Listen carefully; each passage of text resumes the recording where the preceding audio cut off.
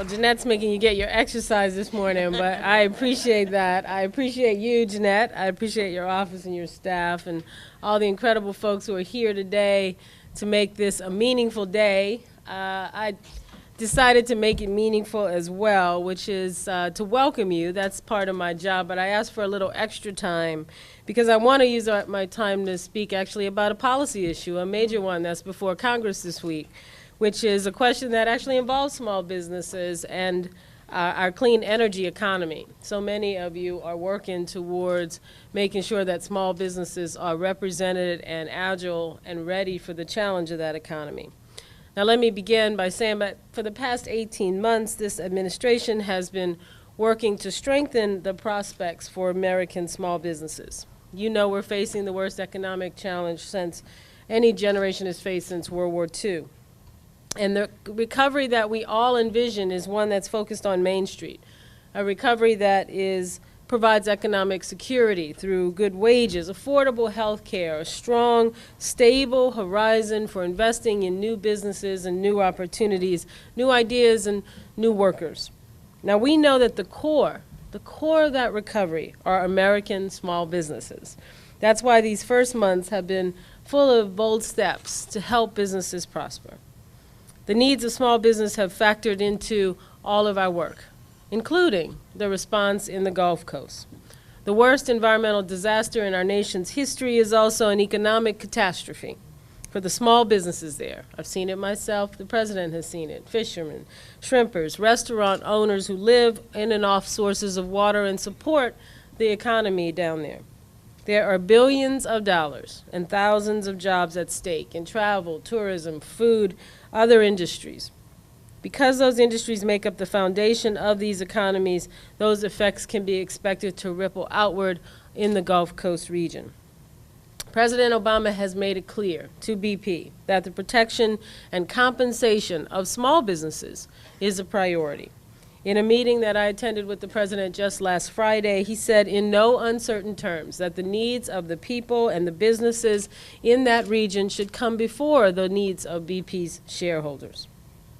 Now, when it comes to environmental issues, those are the things you're here to discuss. Small businesses also play a critical role as drivers of innovation. Today, we're honoring innovative small businesses that are leading the way, like the Dull Homestead, a family farm in Brookville, Ohio. The first wind generator went up on the homestead in 2004, and today there are 6 wind turbines, a fuel cell generator, geothermal and biomass heating, and other renewable energy technologies. That work earned Dull Homestead the Small Business Environmental Stewardship Award, and it sounds like it's well-deserved. Now, we also see innovative products like Greensolate from Ecovative Design in New York. Greensolate is a natural form of insulation made from locally grown materials. They use rice hulls from the Midwest or cotton burrs from the South, keeping costs and transportation emissions down. Unlike most insulation that gives off significant CO2 emissions during production, Greensolate is organically grown. It's not manufactured. And the idea began as a spark in the mind of an entrepreneur. An idea that moved from the drawing board to the marketplace with the help of a small business innovation research grant. Those are the kinds of innovators and innovations that have allowed us to grow our economy and protect our environment at the same time. In the last 30 years, emissions of 6 dangerous pollutants are down. The pollutants that cause smog and acid rain, lead poisoning. They're down 54% at the same time that our gross domestic product went up 126%. That means we made huge reductions in air pollution at the same time that more cars went on the road, more power plants went online, and more buildings went up. That kind of progress, pollution down, GDP up, only happens when innovators are encouraged, when innovations take shape and hold, when small businesses, who are our nation's best innovators, are supported and feel supported by government as well as the private sector. So, at a time of extraordinary challenges, this administration, and I want you to know this EPA, are working to ensure the foundations that you need are there for you. As the drivers of economic growth and technological innovation, we also want to ensure you that you have the resources and flexibility you need to invest in new directions. That's what expanding partnerships to meet the changing regulatory landscape is all about. And that brings me to the question before Congress this week. In 2 days, the U.S. Senate is scheduled to take a vote that will have a significant impact on our regulatory future. Senator Lisa Murkowski of Alaska has proposed a resolution of disapproval of EPA's endangerment finding on greenhouse gases.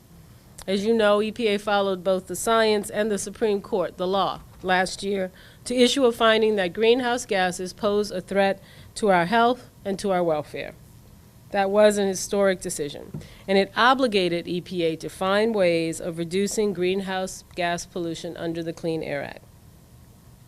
Supporters of Senator Murkowski's resolution, including the oil industry and their lobbyists, claim that the endangerment finding will force small businesses, restaurants and coffee shops and mom and pop stores, my beloved fishermen on the Gulf Coast, to comply with burdensome, potentially bankrupting regulations.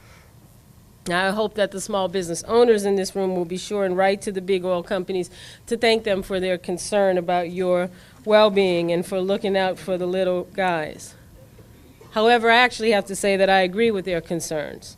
I know that the local Starbucks, the local Dunkin' Donuts, the local fishermen, the backyard grill are no places to look for meaningful greenhouse gas reductions.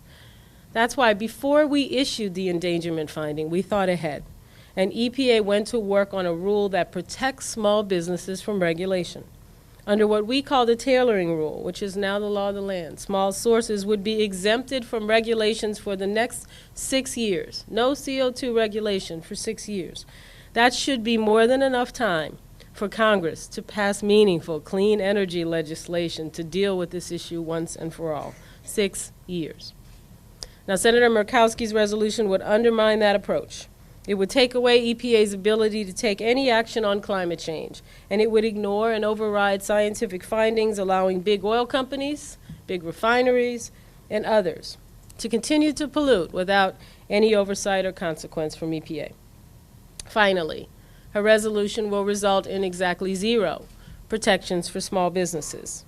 What it will do is move America a big step backwards in the race for clean energy. It will double down on the energy and environmental policies that feed our current oil addiction. That addiction to oil pollutes the air we breathe. It sends billions of our dollars to foreign countries. It leaves American small businesses and American drivers at the mercy of fuel spikes, like the $4 a gallon prices we were paying not too very long ago. The BP oil spill, for me, is a tragic reminder of the hazards of our oil addiction. It highlights how important it is that we keep moving America forward into energy independence. For those reasons and more, we've taken significant steps forward. In addition to the Tailoring Rule, EPA joined President Obama, automakers, auto workers, the Department of Transportation, and governors from across the country, along with our friends in the environmental community, to craft an historic agreement, the Clean Cars Program. The Clean Cars Program is such that we build and make American cars more fuel efficient than ever in our history. It would cut oil consumption by billions of barrels. It would also demand new innovations that we expect small businesses to supply. American scientists can step up to produce new composite materials that would make cars lighter and safer and more fuel efficient, all at the same time. Our inventors and entrepreneurs can lead the way in advanced battery technology for plug-in hybrids and electric cars, the cars of the future. And manufacturers across the country can produce those new components, which they can sell to automakers not just in the U.S., but around the globe. But the Murkowski Amendment would gut that deal. It would gut the historic car program. Our dependence on oil would grow by 455 million barrels. That dependence would rise to billions of barrels when you factor in the effect on the follow-on program that the President recently announced for trucks and cars that extend beyond model year 2016. So undermining a program that's supported by our automakers and workers, environmentalists and governors from across the country would seem questionable at any time. But going back to a failed approach and deepening oil addiction at the very moment that a massive spill continues.